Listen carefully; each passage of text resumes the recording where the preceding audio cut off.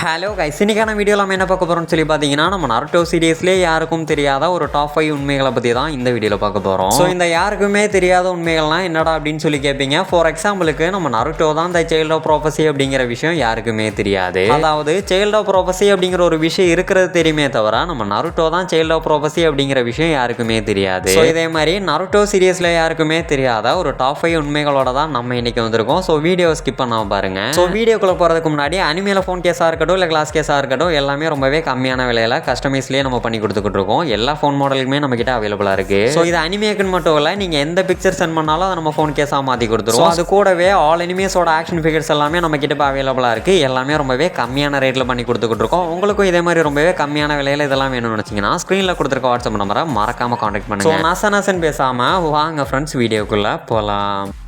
நம்ம நருட்டோ சீரியஸ்லேயே யாருக்குமே தெரியாத ஒரு டாப் 5 உண்மைகளை பற்றி தான் இந்த வீடியோவில் பார்க்க போகிறோம். ஸோ 5வது இடத்துல த மாஸ்க் மேன் அழைக்கப்படுற நம்ம ஒபிட்டோ உச்சியா தான் இருக்கா. நம்ம ஒபிட்டோ தான் த மாஸ்க் மேன் அப்படிங்கிற விஷயம் யாருக்குமே தெரியாது. ஸோ அதாவது நம்ம ஒபிட்டோ அவனோட தேவைக்காக யூஸ் பண்ணிக்கிட்ட எல்லாத்துக்குமே அவன் ஒரு மதரா இல்லை டோபி த மாஸ்க் மேன் தான் தெரியுமே தவிர அவனோட ரியல் ஐடென்டிட்டி யாருக்குமே தெரியாது.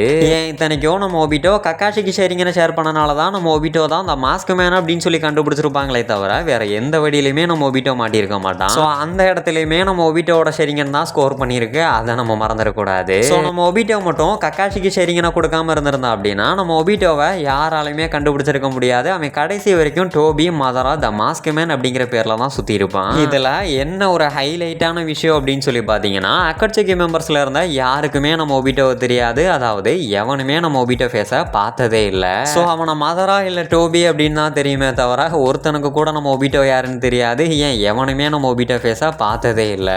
ஏன் இத்தனைக்கும் அக்கட்சிக்கு மெம்பர்ஸ்லேயே ரொம்பவே பவர்ஃபுல்லாக இருக்கக்கூடிய நாகட்டோவால் கூட ஒபிட்டோவை அனலைஸ் பண்ணியிருக்க முடியாது. அதுதான் இங்கே கொடுமையான விஷயமே. ஸோ இதில் இதை விட கொடுமையான ஒரு விஷயமே இந்த ஜீனியஸ் இட்டாச்சி உச்சியாவே நம்ம ஒபிட்டோ தான் மதரா அப்படின்னு சொல்லி நினச்சிக்கிட்டு இருப்பான். ஸோ கடைசி வரைக்குமே இட்டாச்சின்னு இல்லை அக்கட்சிக்கு மெம்பர்ஸில் இருந்தால் யாருக்குமே தெரியாது த மாஸ்க் மேன் யார் அப்படிங்கிற விஷயம். ஸோ 4வது இடத்துல ஹஷிராமா விசஸ் மதரா ஃபைட்டில் நம்ம ஹஷிராமா அண்ட் மதரா இவங்க 2 பேருமே சாவடி அடிச்சுக்கிட்டு கடைசியாக நம்ம ஹஷிராமா மதராவை சாவடிக்கவும் செஞ்சிருவாரு. ஆனா நம்ம அஷிராமாக்கு தெரியாது மதரா ஆல்ரெடி ஈசனாகி ஆக்டிவேட் பண்ண விஷயம். ஸோ அப்படி நம்ம அஷிராமாக்கே தெரியாம நம்ம மதரா ஈசனாகி மூலியமா திரும்ப உயிரோட வந்துருவாரு. ஸோ இந்த ஒரு விஷயம் நம்ம அஷிராமாக்கு தெரியவே தெரியாது.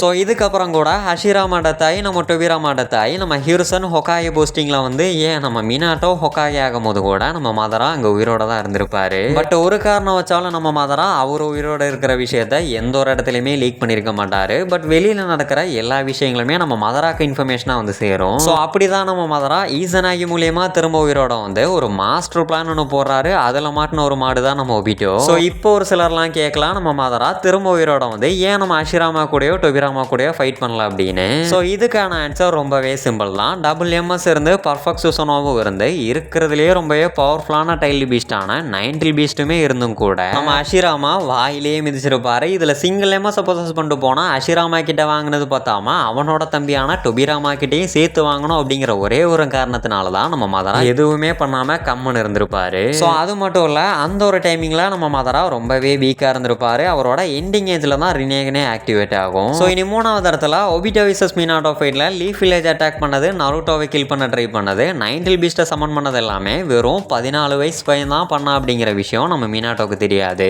ஏன் அதுலயும் நம்ம மினாட்டோ வளர்த்தி விட்ட பையன் தான் இதெல்லாமே பண்ணா அப்படிங்கிற விஷயம் அங்க இருந்த யாருக்குமே தெரியாது. ஏன் நம்ம மினாட்டோக்கே தெரியாது. சஸ்பென்ஸில் தான் இறந்து போயிருப்பாரு நம்ம மினாட்டோ. ஸோ ரீஅனிமேஷன் ஆகி வரும்போது வேணா ஒபிட்டோ தான் இதெல்லாமே பண்ணா அப்படிங்கிற விஷயம் நம்ம மினாட்டோக்கு தெரிஞ்சிருந்தாலும் அவர் உயிரோட இருக்கும் போது அது தெரியாம தான் இறந்து போயிருப்பாரு. ஸோ அதுதான் இங்கே கணக்கே. ஸோ லீஃப் வில்லேஜ் அட்டாக்கிங்லேயே நம்ம மினாட்டோ ஒபிட்டோவை கண்டுபிடிச்சிருந்தாருன்னா என்ன நடந்திருக்கும் அப்படிங்கிற உங்க கருத்தை கமெண்ட்ல சொல்லுங்க. ஸோ இதுக்குன்னு தனியாக ஒரு வீடியோ போடணும் அப்படின்னாலும் சொல்லுங்க, நான் கண்டிப்பாக போடுறேன். ஸோ இனி 2வது இடத்துல நம்ம இட்டாச்சி உச்சியாவோட சாக்ரிஃபைஸ் தான் இருக்கு. நம்ம எல்லாத்துக்குமே தெரியும் இட்டாச்சி ரொம்பவே நல்லவே. அவன் சூழ்நிலையால அவன் ஒரு வில்லனா காமிச்சுக்கிட்டா அப்படிங்கிற விஷயம் நம்ம எல்லாத்துக்குமே தெரியும். ஸோ அப்படியெல்லாம் இருந்தாலும் நம்ம இட்டாச்சி இதை மட்டும் தான் தியாகம் பண்ணானா அப்படின்னு சொல்லி கேட்டிங்கன்னா அதுதான் கிடையாது. நம்ம இட்டாச்சி ஏகப்பட்ட நல்ல விஷயங்கள் பண்ணியிருக்கான். பட் அது யாருக்குமே தெரியாது. ஸோ அதாவது லீஃப் வில்லேஜில் இருக்கிற மெயினான ஒரு சில ஆளுகளுக்கு மட்டும்தான் நம்ம இட்டாச்சியோட உண்மைகளை தெரியுமே தவிர மீதி இருக்கிற எல்லாத்தோட கண் முன்னாடியுமே நம்ம இட்டாச்சி ஒரு ஈவில் தான். ஸோ இதில் நம்ம நோட் பண்ண வேண்டிய ஒரு விஷயம் என்னன்னா நம்ம இட்டாச்சி லீஃப் வில்லேஜுக்காக தான் அவ்வளோ விஷயங்களை செஞ்சிருப்பான். பட் அதே லீஃப் வில்லேஜ் மக்களை தான் அவனை அதிகமாக ஹேட் பண்ணவும் செஞ்சிருப்பாங்க. இருப்பாங்க. பட் அப்படியெல்லாம் இருந்தாலும் கூட நம்ம இட்டாச்சி ரீஅனிமேஷனே வந்ததுக்கப்புறமா அவனோட வில்லேஜுக்காக டோட்டல் ரீஅனிமேஷனவே ஸ்டாப் பண்ணியிருப்பான். இது ஒன்றும் அவ்வளோ ஈஸியான விஷயமே கிடையாது. ஸோ இந்த இடத்துல நம்ம ரொம்பவே சில்லியாக மறந்து போய் கடந்து போன ஒரு சில ஆளுகளில் ஒரு ஆள் தான் நம்ம இட்டாச்சி யுச்சிஹா. ஏன்னா அவ்வளோ பெரிய வாரில் நின்று பேசின ஒரே ஒரு விஷயம் அப்படின்னா அது இந்த ரீஅனிமேஷன் தான். அப்படியாப்பட்ட ரீஅனிமேஷனை வேற யார் நடிச்சிருந்தாலும் கண்டிப்பாக ஸ்டாப் பண்ணியிருக்கவே முடியாது. ஏன் நம்ம கபூட்டாவே சொல்லியிருப்பான், என்னைய கொன்னா கூட இந்த ஜுட்ஸு உங்களால் ஸ்டாப் பண்ண முடியாது அப்படின்னு. இந்த கொல்றது அப்படிங்கிறது நாயாலையும் நரியாலையும் கூட முடியும். ஆனால் அவன் பொருளவே எடுத்து அவனை போடுறது அப்படிங்கிறது கொஞ்சம் கஷ்டமான விஷயம் தான். அதை தான் இந்த இடத்துல நம்ம இட்டாச்சி பண்ணியிருப்பாரு. ஸோ இவ்வளோ பெரிய விஷயங்களை பண்ணியும் அவனுக்கு அதுக்கான கிரெடிட் கிடைச்சிச்சா அப்படின்னு சொல்லி கேட்டிங்கன்னா அதுதான் கிடையாது. ஸோ அதனால தான் நருட்டோ சீரியஸ்லேயே மிகச்ச ஒரு சாக்ரிஃபைஸ்னா நம்ம இட்டாச்சி யுச்சிஹாவோடதுன்னு எல்லாருமே சொல்கிறாங்க. ஸோ ஃபைனலாக நம்பர் 1ல யார் இந்த சைல்ட் ஆஃப் ப்ராபஸி அப்படிங்கிற ஒரு கேள்வி நிஞ்சா வேல்ல கிரியேட் பண்ணுறதுக்கு முன்னாடியே நம்ம ஹாகரோமுக்கு இருந்துச்சு. பட் யார் அந்த சைல்ட் ஆஃப் ப்ராபஸி அப்படிங்கிற விஷயம் யாருக்குமே தெரியாமல் இருந்துச்சு. ஸோ இந்த சைல்ட் ஆஃப் ப்ராபஸினா என்ன அப்படிங்கிற ஒரு கேள்வி இன்னும் ஒரு சிலருக்குலாம் இருக்குது. இந்த சைல்ட் ஆஃப் ப்ராபஸி அப்படிங்கிறது நிஞ்சா வேல்ல அடுத்த கட்டத்துக்கு வழி நடத்தி கொண்டு போகிறோம்னு அப்படின்னு சொல்லி எல்லாருமே நம்பினாங்க. ஸோ அதில் இந்த சைல்ட் ஆஃப் ப்ராபஸிக்கு 2 விதமான தேரி இருந்துச்சு. ஒன்று இந்த சைல்ட் ஆஃப் ப்ராபஸி நிஞ்சா வேல்டவே நல்லபடியாக வழி நடத்திட்டு போவான். இன்னொன்று இந்த சைல்ட் ஆஃப் ப்ராபஸியால் நிஞ்சா வேல்டே அடிஞ்சு தீன்மையான பாதையில் போகலாம் அப்படின்னு சொல்லி நம்பினாங்க. ஸோ இந்த நம்பிக்கையில் ஏதாச்சும் ஒரு விஷயம் நடக்கணும் அப்படின்னா அதுக்கு நம்பிக்கையான ஒரு ஆள் வேணும் இல்லையா? ஸோ அதனால் இந்த பொறுப்பெல்லாம் நம்ம ஜிராயா கிட்ட போயிருக்கோம். ஸோ நம்ம எல்லாத்துக்குமே தெரியும் இந்த விஷயத்தை நம்பினதே த எல்டர் சேஜான நம்ம கமமாரு தான். ஸோ அப்படி நம்ம கமமாரு ஜிராயாவை மீட் பண்ணும்போது ஜிராயா கிட்ட இந்த பொறுப்பெல்லாமே ஒப்படைக்கிறாரு. உன்னால தான் இந்த நிஞ்சா வேல்டுக்கு மாற்றத்தை கொண்டு வர முடியும். ஸோ அது எப்படிப்பட்ட மாற்றமாக வேணாலும் இருக்கலாம், ஆனால் அது ஒன்னால் மட்டும்தான் முடியும். நீ ட்ரெயின் பண்ணுற ஸ்டூடெண்ட்ஸால் மட்டும்தான் அந்த மாற்றத்தை கொண்டு வர முடியும் அப்படின்னு சொல்லி நம்ம கமமாரு சொல்லியிருப்பாரு. ஸோ அப்படி சொன்ன ஒரே ஒரு காரணத்துக்காக நம்ம ஜிராயா ஒவ்வொரு ஊராக இந்த சைல்ட் ஆஃப் ப்ராபஸியை தேடி போயிருப்பாரு. அதுவும் எப்படின்னா கையிலேயே சாவி வச்சுக்கிட்டு போட்டு துறக்க சாவி தேடிக்கிட்டு இருந்த ஒரு கதை தான் நம்ம ஜிராயாவோடது. ஏன்னா நம்ம நருட்டோ தான் இந்த சைல்ட் ஆஃப் ப்ராபஸி அப்படிங்கிற விஷயம் நம்ம ஜிராயாக்கு தெரியாது. பட் ஒரு ப்ளூ ஐயோட இருக்கிற பையன் தான் இந்த நிஞ்சா வேல்டவே மாற்ற போறோம் அப்படிங்கிற விஷயம் எல்லாத்துக்குமே தெரிஞ்சிருந்துச்சு. அதாவது கமமாரோ ஹாகரோமோ ஜிராயா இந்த மாதிரி ஆளுகளுக்கு தெரியும் அப்படின்னு சொல்ல வந்தேன். ஆனால் இதில் என்ன ஒரு கஷ்டமான விஷயம் அப்படின்னு சொல்லி பார்த்தீங்கன்னா நம்ம ஜிராயா மினாட்டோவை ட்ரெயின் பண்ணும்போது நம்ம மினாட்டோட ஆட்டிடியூட் அண்ட் ஸ்கில்ஸ் எல்லாமே பார்த்துட்டு நம்ம மினாட்டோ தான் சைல்ட் ஆஃப் ப்ராபஸி அப்படின்னு சொல்லி நம்பி இருப்பாரு.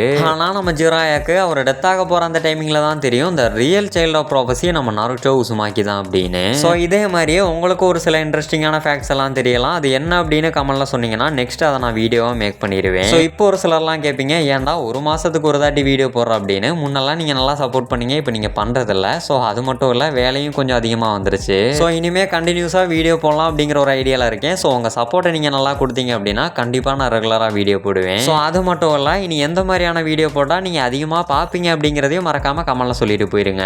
ஸோ இந்த வீடியோவில் தான் கைஸ், இந்த வீடியோவில் நான் ஏதாச்சும் ஒன்று தப்பாக சொல்லியிருந்தேன்னா அது என்ன அப்படிங்கிறத கமெண்ட்ல சொல்லுங்கள். நெக்ஸ்ட் வீடியோ போடும்போது அதில் நான் கிளியர் பண்ணிக்கிறேன். ஸோ இந்த வீடியோ உங்களுக்கு பிடிச்சிருக்கும் அப்படின்னு சொல்லி நினைக்கிறேன். அப்படி பிடிச்சிருந்துச்சுன்னா மறக்காமல் ஒரே ஒரு லைக் மட்டும் போட்டு விட்டுட்டு மேக்ஸிமம் உங்கள் ஃப்ரெண்ட்ஸுக்கு எல்லாமே இந்த வீடியோவை ஷேர் பண்ணுங்கள், சப்போர்ட் பண்ணுங்கள். ஸோ இதே மாதிரியான ஒரு கிரேசியான வீடியோவில் நெக்ஸ்ட் மீட் பண்ணலாம். Bye guys.